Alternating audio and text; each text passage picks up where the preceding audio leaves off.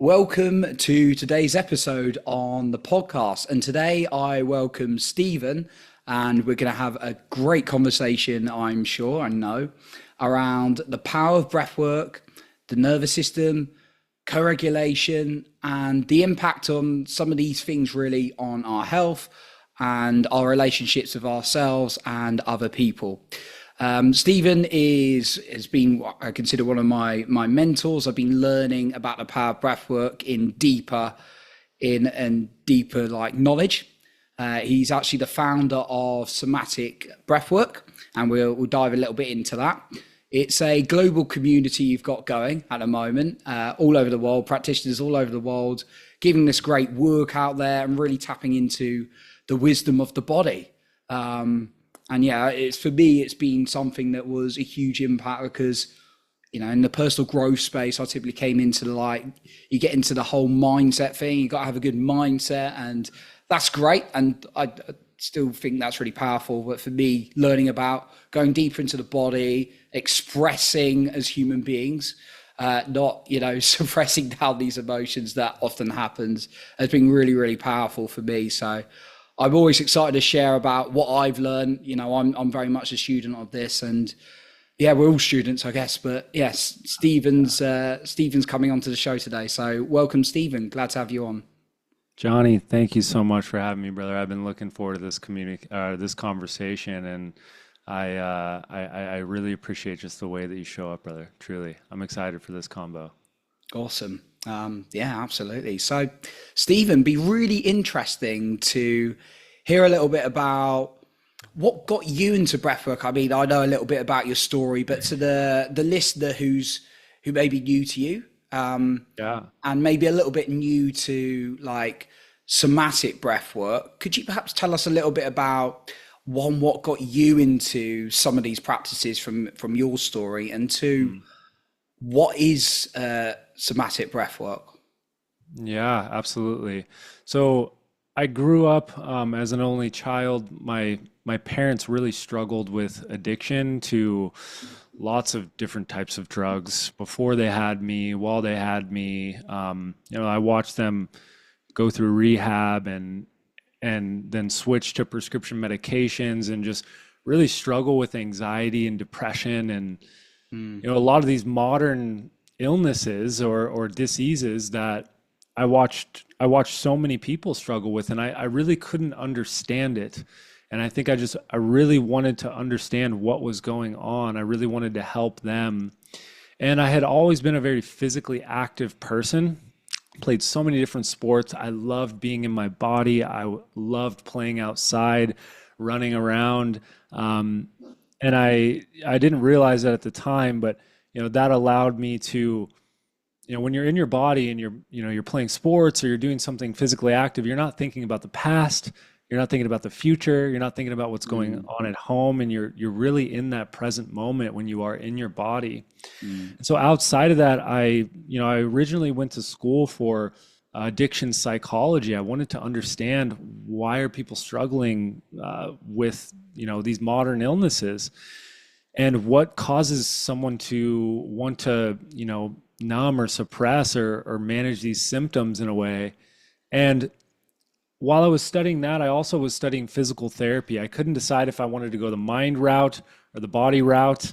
And unfortunately, in our modern school system, you can only kind of choose one. There's not a route that's mind and body, or at least when I went to school, there really wasn't a lot of options. And I ended up dropping out of both of those because I just really didn't resonate with, maybe it was my teachers, maybe the way the information was being passed to me. For some reason, it didn't land for me. And after I dropped out, I was dealing with some spine issues myself and some very body-based issues. And I started seeing a body worker who was really just changing my physiology. I had more alignment and physical release than anything else I had ever done. And so I decided to go to school to become a neuromuscular therapist. And what that is it's sort of like a massage therapist, but more focused on postural restoration, more focused on creating the mind muscle connection and helping people like turn parts of their body back on Mm. versus just working on releasing all of different things. Mm. There's both, we need both sides. We need to be able to activate certain parts of our musculoskeletal system, our body. We need to be able to occupy our body, and we also need to be able to relax our body. And so I found that fascinating and understanding the duality of that modality. And through body work, and I started studying a lot of Eastern and energetic. I went down a rabbit hole of studying energetic body work and cranial sacral therapy and polarity therapy, and I fell in love with it, man. As soon as I got my hands on someone's body and started working on them, I learned experientially, and through that, fast forward, I became a teacher and instructor of that work just because I loved it so much. And, you know, I went down a journey of studying different types of breath work. I had some powerful experiences with breath work, and I didn't really fully understand it until I did a session with Stan Groff, who created holotropic breath work, and it was a really powerful experience. And I had never really had emotional release like that before.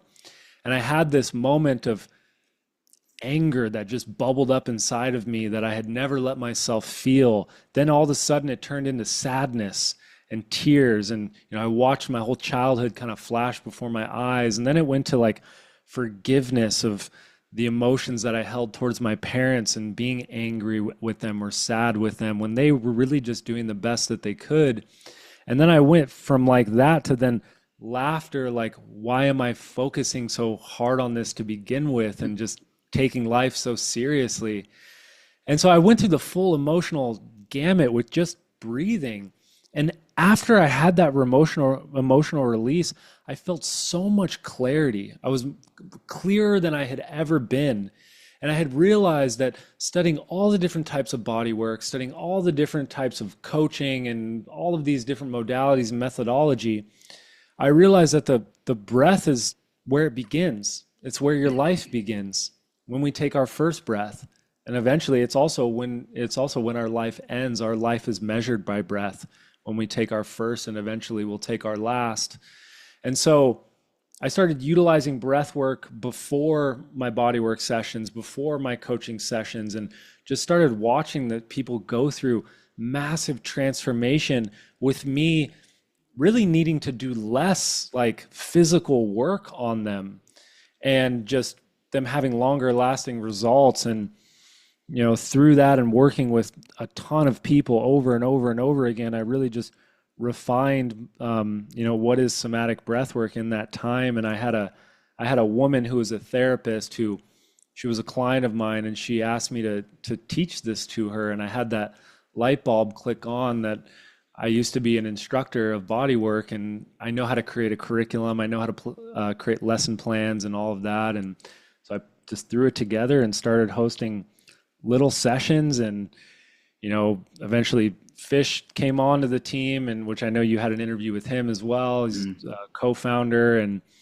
now we have over 1,700 practitioners worldwide, and almost 40 different countries, and we're fully accredited by Arizona State University to offer college level continuing education. And it's been a wild journey, Johnny. And I feel so blessed to continue to be a student and a steward of this work. Oh wow, that's such a great journey you've been on, from just like that curiosity, and obviously thank you for. I know you're a very sort of like open guy, but thank you obviously for sharing. Yeah.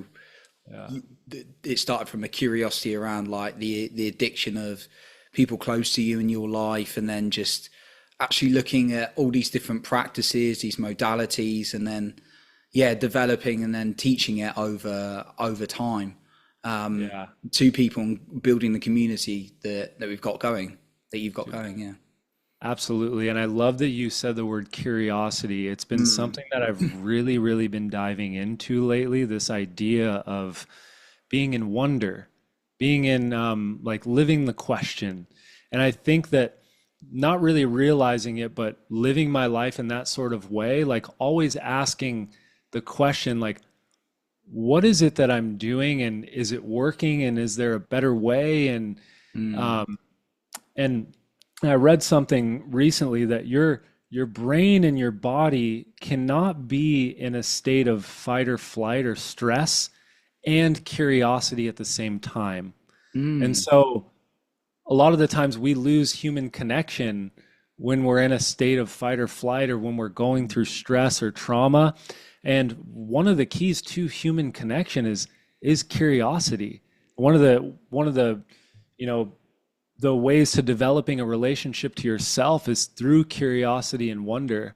And it's been a big thing for me recently that I've really been diving into. So I appreciate you saying that. It's a very interesting quote. I've not come across that. This is why I love Yeah. these kind of conversations. It's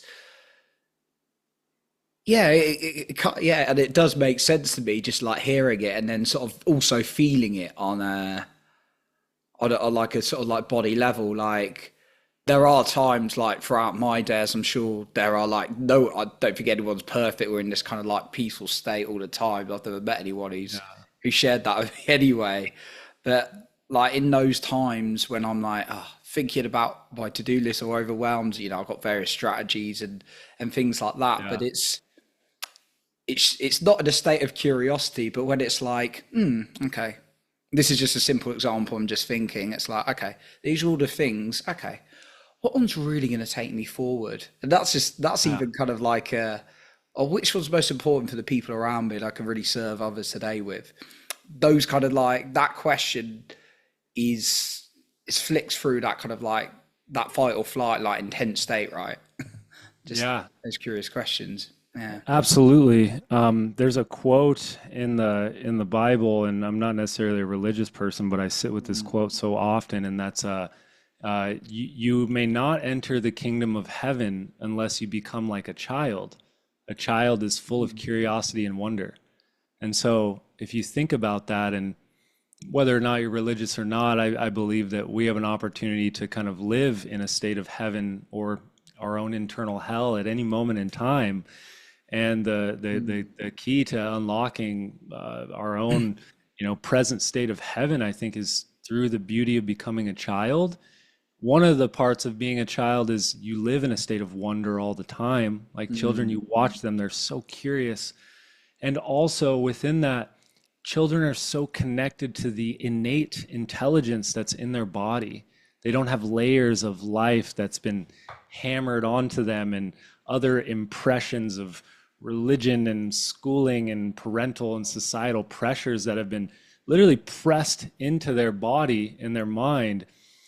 And so part of that is curiosity and wonder, but also getting connected to our innate intelligence. And breath work has been a really powerful journey to really remember and put all the pieces back together that are already there, because there's truly an innate intelligence that's beating my heart right now. That's growing the hair on my face. That's way more complex than my mind can ever even fathom. Truly.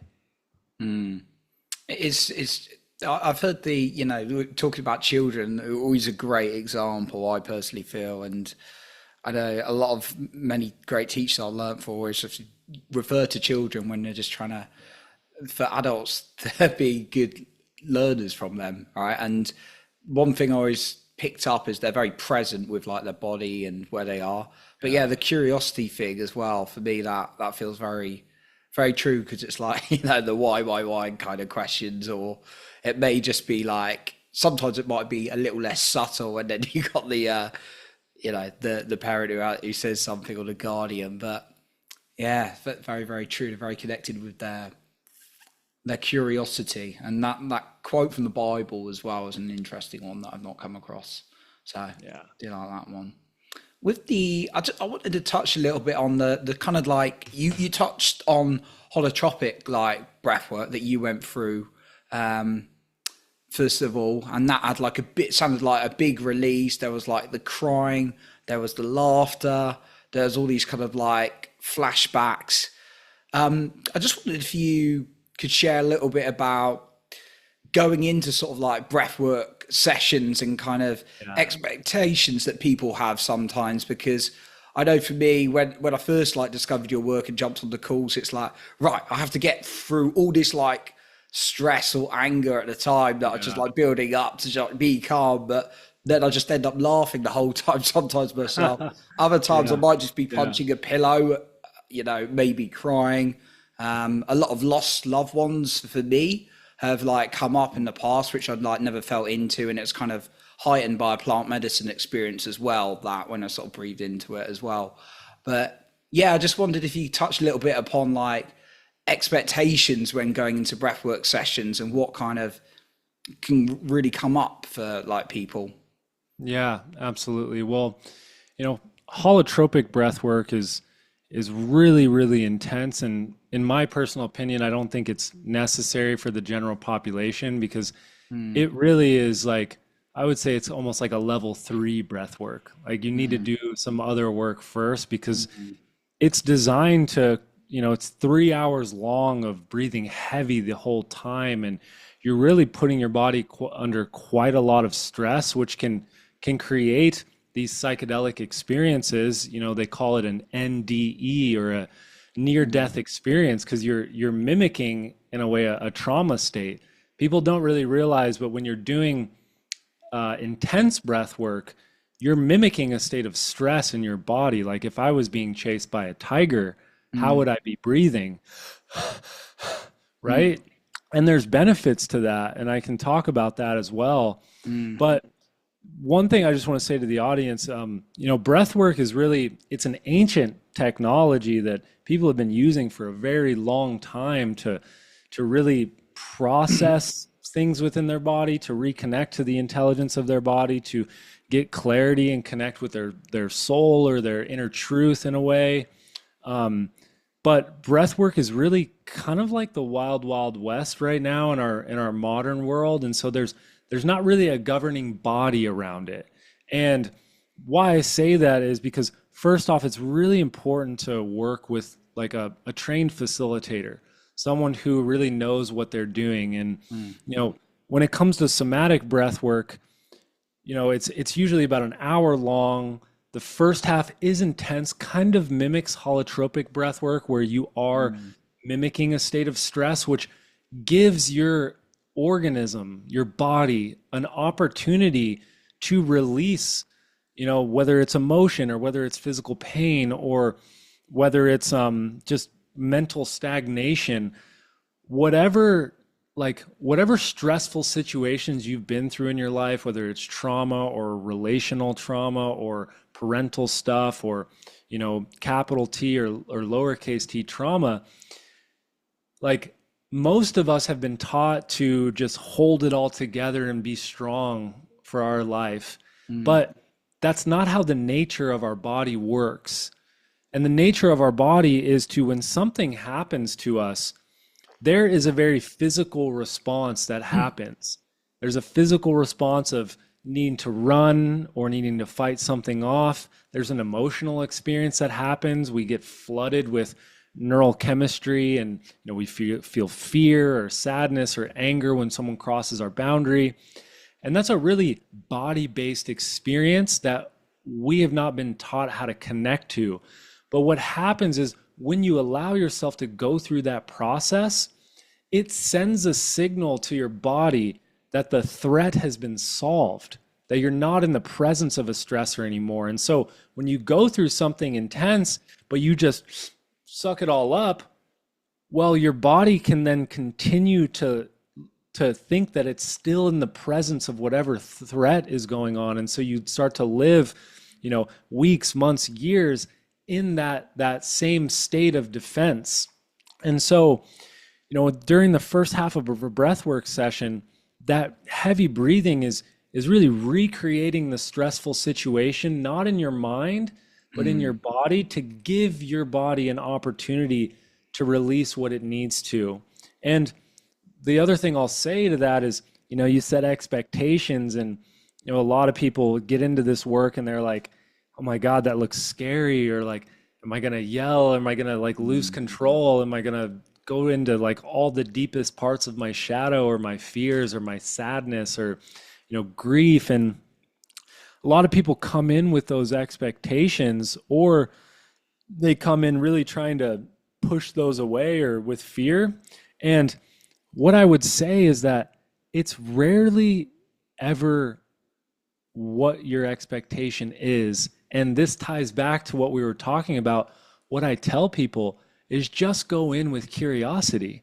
Just go in. Like, I have a vision of when I'm in that state, I see like the little Steven inside of me who is just walking around with a flashlight and just looking, maybe looking down at all of the things I haven't been letting myself feel and just exploring. And maybe I want to go into it, or maybe I don't. Maybe it's time to, or maybe I'm, shining the flashlight up at like my strength and my power, and, the ways in which I've kind of played small and held myself back, because sometimes it's not just the emotions that we haven't been letting ourselves feel that's the scariest part.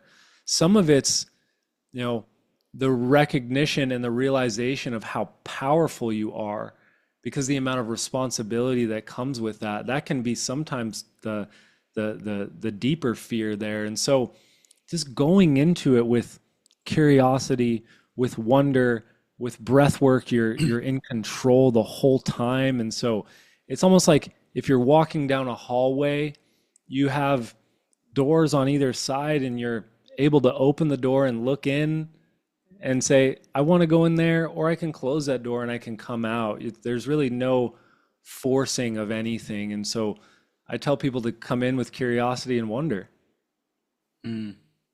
Yeah, curiosity and not expectations, right? I think intentions is we often get set for an intention, but Yeah. not attaching to a certain outcome, Yeah. which has been a really good one for me. And sometimes it's funny, I've forgotten the intention whilst I'm going through Yeah. it. Obviously, try not to be too in the mind. I'm trying to see what wisdom or message my body trying to give me, what maybe it wants to see. Again, coming out of curiosity, and then the intention just it's just very much aligned. So it's funny how that journey goes. Sometimes I've certainly noticed that one. Absolutely. We set those intentions, and sometimes it comes from our mind, or it doesn't really make sense in the actual session, but oftentimes it comes back around, and it might make sense in a way that you didn't think it would make sense. Mm, Um, but what I like to say is, when you set an intention, you want to be fully engaged with it, but the least attached to it. Like I'm fully going into it, but I'm the least attached to the outcome. mm. Yeah, love that. Wanted to touch on, and I think generally, like for me, when I've been attached to something too much, it puts a lot of, one of my great teachers actually is a guy called Peter Sage I've had on the interview as well, and he talks a lot about not being attached to the outcome, because it like raises his importance and it causes this like stress and this Yeah. frustration, and that can kind of create you in that, for me it certainly pulled me into that fight or flight sometimes, when it's like expectations, attachment, when it's like you lower the importance but you've got it, it kind of Yeah. creates a different feeling, and I've I certainly mean, experienced that. man, that's a universal principle that I think is so important for people to understand, is that, when we put a lot of pressure, when we raise the importance of something, we put more pressure on it. And a lot of the times it's coming from an agenda inside of us. Mm, And oftentimes that agenda is that we want to fix whatever's going on. And when we try to fix it, or when we put a lot of importance on it, we create the opposing side of it. And if I'm trying to fix whatever's wrong with me, well, then I'm creating a reality where something's wrong. If I try to fix another person, I'm creating the opposing force that they're broken. And so a lot of the times when you come at it from that level of importance, or you're actually putting pressure on a person or on yourself, where we're trying to create a space for that pressure to come up and out, or to X the pressure. And just like what I was saying with the emotional and the physical aspect of the discharge and the release, that doesn't happen in a session from you going in with a bunch of expectations. That comes from a place of going in as an explorer, as curiosity, as wonder, and just yeah, just exploring with that. And through life, it's been I mean, I still struggle with this, but a mantra for me has been, can I be the most engaged in my life? Can I be fully aware and fully present and the most engaged in my body? But can I be the least attached to the outcome? It's a great mantra. It's always, and for me, it's always a work in practice. Again, Oh, it's yeah, dude. yeah, It's not easy. it's every day. Life likes to give some fun assignments sometimes as well to Absolutely. to do that. Absolutely. Yeah, I always like to share that on this podcast because sometimes it's like easy to look at another person and say, "Oh, got it all sus," but never met anybody who's got it all sus in my life. So yeah, No. I think that's an important message. Love that. So one thing I just wanted to touch on a little bit was kind of like co-regulation and relationships and the power Mm. of breath work on this. And when you say relationship, don't necessarily mean like intimate relationships, could be friends, could be like family as well, obviously. Anyone you meet in your Yeah. life, really. Have you found, like from the work you've done on breath work, it's had any kind of impact on your relationships with people in your life? Man, this is probably the most important topic to me, and this is the most special topic. And because I actually believe that relationships and connection is probably our greatest purpose here as humans, to develop a relationship with ourselves, to develop relationships with other people, and to have quality relationships. I think about myself at the end of my life and what's going to matter to me, and it's probably going to be the amount of quality, deep relationships that I've developed. And so, what I've noticed through this process of developing this breath work modality and through body work and through all of the different things I've studied, it's always about relationships.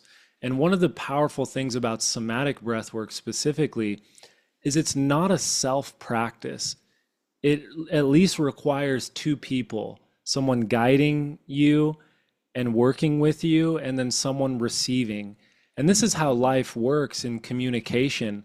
When I'm speaking to you, it requires you to then listen, and then you're speaking to me, and then it requires me to then listen. And it's this life is this constant flow of expression on one side and receiving on the other side.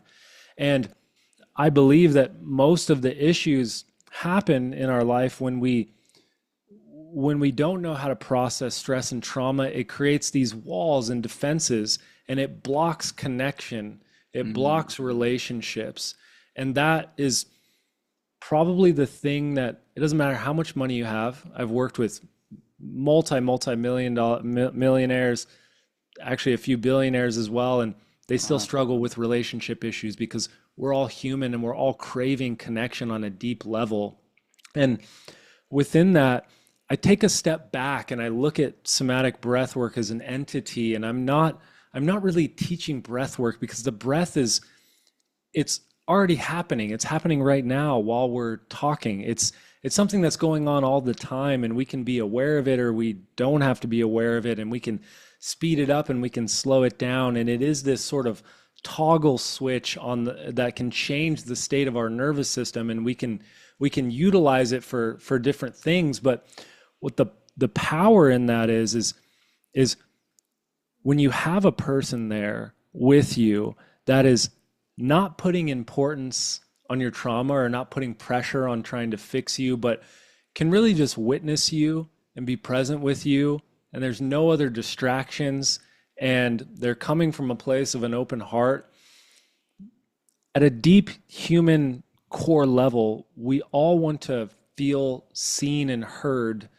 And maybe you've heard, like we've heard that before, seen and heard, but it's more about being felt. We want to be felt by each other.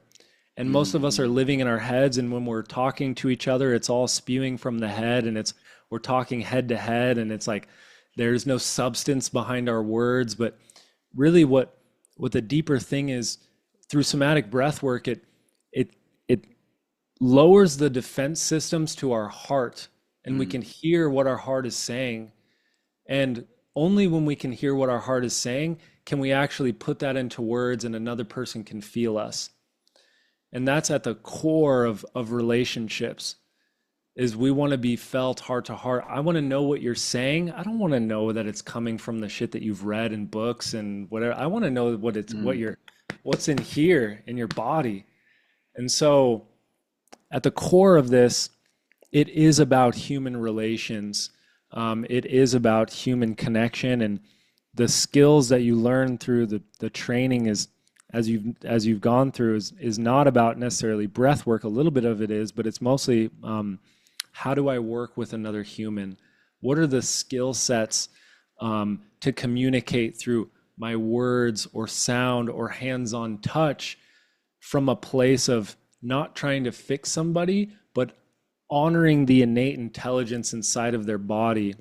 And I'll say one last thing. You brought up the term co-regulation, and this is just a fancy term to speak to how your energy is speaking with my energy, right? You're an electrical being. We're all electrical beings. We have an electrical bubble around us. You can feel when someone's walking up behind you, and you can feel when you're around a person and you don't get good vibes from them, right?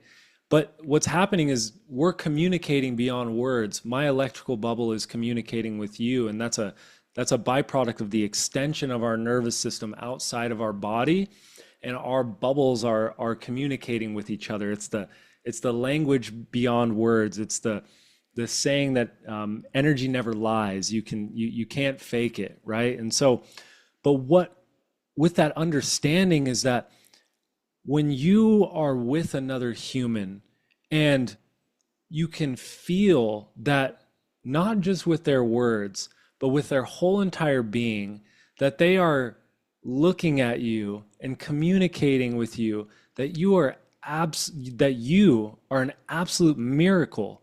It is a miracle that you are alive. It is a miracle that you're breathing. It is a miracle that your heart is beating, and like the orchestration and the symphony of the cells of your body that are in front of me. And it's a miracle that we're both here together. And how much can I honor the intelligence of this being, Johnny, in front of me? And when your system feels that, and our electromagnetic fields come together, and I'm not trying to fix you, I'm not trying to change you, I'm not trying to force my agenda on you, you feel whole, and you feel heard, and you feel seen. And beyond that, you feel like what you say and do matters, and that we are in co-creation of life together, in relationship, in communication. Really powerful one, because I know, particularly guilty of it many times, like when I'm in the presence of someone, it's trying to stay away from my phone, but I know a lot of us are addicted to these devices. Yeah, have to get, like when I'm by myself, have to stop the scroll, sometimes, and put the phone away. But I know there's lots of factors that can really block out true, genuine communication with people. And I've known when I've had conversations with people, and I got very smart, like of the words to say over the years in career and things like that. And people would buy into it, but energetically, it was always, you're wondering, did they really? But it's like, when I've said something truly from like a genuine, like heartfelt place, that connection, whether it was someone I was seeing, or it was like just a person I was communicating with, whether it was a conversation with my family, it's just, you felt that I felt personally that had a different energy about it and a different connection. So it can resonate with that many times. Absolutely, man. You had an interview with Fish, my co-founder, and he might not talk about this stuff as much, but he's probably one of the best that I've ever seen at this type of work. He's way better than me. I have an ability to put language to it and speak about it that in a way that people can digest from their mind. But that doesn't mean that I'm an absolute master at it. Like it's one thing to know it in your mind. It's another thing to feel it in your body. And especially like in today's world, we are so distracted. Everything is pulling at our attention. And, this could be a rabbit hole, but one of the two things that we have the most control over is our intention and our attention. And we talked about intention before, but your intention is to me, it's the internal tension. It's the internal tension that's inside of you that's pushing you forward into the world. Like, what is that driving force? What is your orientation and how you're trying to move into the world? You can control your intention, who you want to be, what you want to embody, and the choices that you make. And then from there, can you align that with your attention? Because attention is the greatest resource we have. It's energy flows where attention goes. We can't we can't create, we can't build anything, we can't develop relationships without attention. And in today's world where people, have a hard time going for an hour of uninterrupted attention, it's probably one of the skill sets that we need to work on the most. Yeah, it's definitely a skill to it, and those who do have that, have worked on that, you can definitely notice the interactions with them. I've certainly noticed as well. Like the coaches, my last two coaches I worked with are like deep into their men's work and done a lot of breath work themselves. It's just when you're just sharing things with them, and I'm maybe having to go into a bit of a like, oh, I've got all these things in my mind. It's just they've got like that capacity, that ability to really hear and then ask the right question based on being able to hold that attention and not being looking around or anything like that. Yeah. So you do notice it. I've certainly found anyway. Yeah. Presence is the most healing thing that we can offer to ourselves when we're feeling an emotion, to be present with it. Because there's really two ways that humans stop themselves from feeling. And those two ways are we move faster and we get harder. We move fast when something stressful is coming up. I'm just going to move faster, or I'm just going to become harder and I'm going to like block it out, right? And so presence is the greatest gift that we can give ourselves when we're going through something. And at the same time, it's the greatest gift that you can give another person. There's a quote from Bessel van der Kolk in The Body Keeps the Score that healing happens in the presence of an empathetic witness. And what he's saying is, healing doesn't happen by ourselves, because from a somatic perspective, healing and integration or connection, it's the same thing. Healing just means that I'm reconnecting to parts of myself. I'm weaving the web of myself back together. And within that, I'm weaving the web of myself back together so that I can authentically relate and connect with another person. Because I can't actually connect to another person truly if I'm not connected to myself.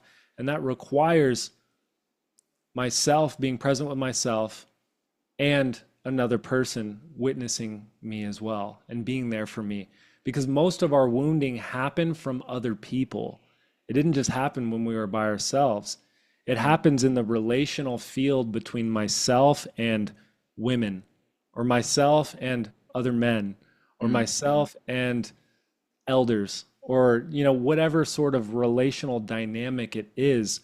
It's held in our body, but it's not brought up until we're in connection with somebody that just pokes the thing that's laid dormant in our body, if that makes sense. Yeah, totally. It's healing is reconnecting. I love that, to the self, because I know a lot of people talk about healing and it's become more well known, which I think's a good thing. But yeah, for me, there's the breathwork side of things has been a really powerful side of that, to just reconnect to parts of me that I didn't even know was in my body. So I can definitely absolutely. Just to say one other thing on that, we were talking about decreasing importance or decreasing like pressure. So many people put so much pressure on themselves when they focus on healing. I don't think anybody should focus on healing because I'm glad you bring healing, this up. Yeah. yeah, like the last thing you should do is focus on healing because healing is something you're naturally doing. If you shift that and focus on connection to other people, connection to yourself, what makes you feel connected to yourself, what makes you feel connected to other people. Healing is the byproduct of that. And we don't go to the byproduct, we go to the thing that causes it. And it's a byproduct of connection.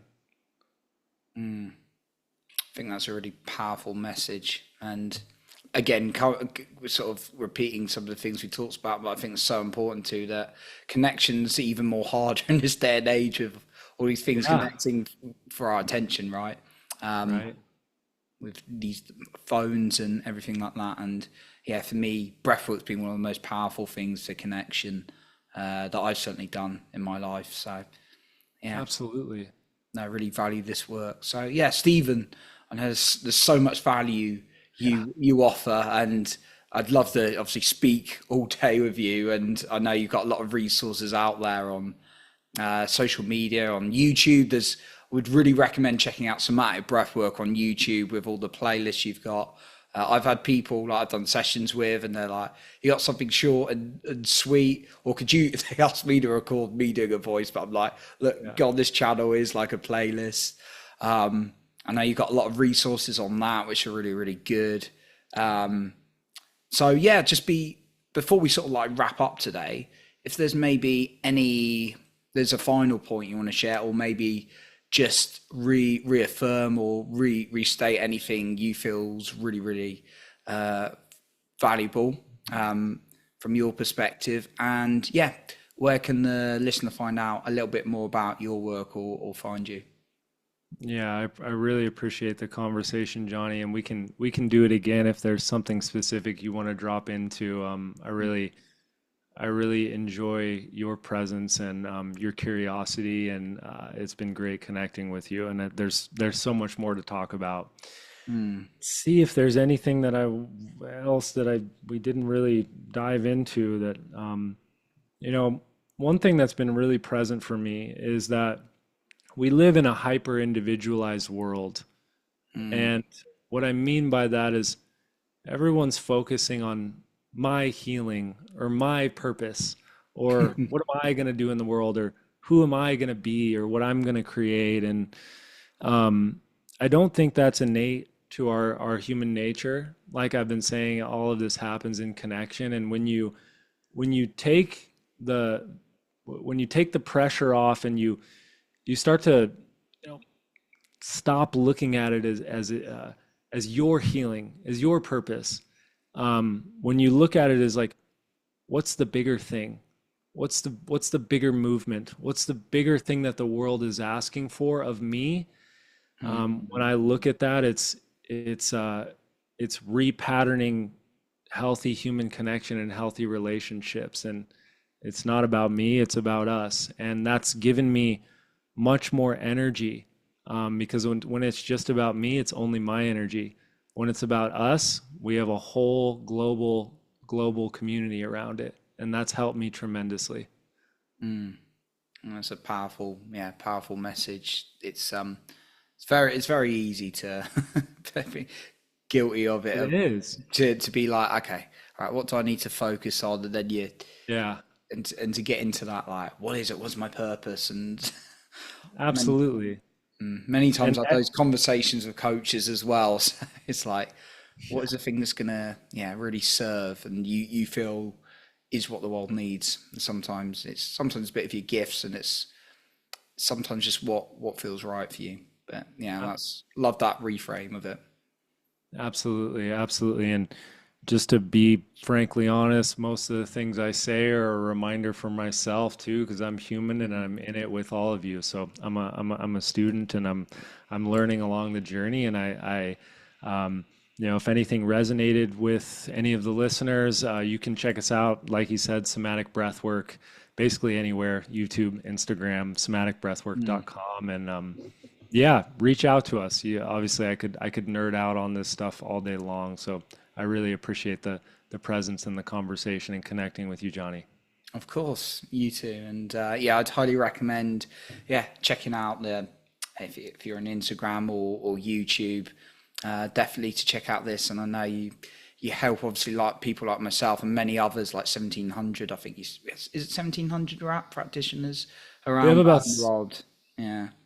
yeah, 1700. And if you're looking for a session, I highly recommend going to this man right here. He's an incredible practitioner. So yeah, if you want to experience the work, go to him. If you want to learn how to do it for others, come to us. Yeah. Okay. No, I appreciate that.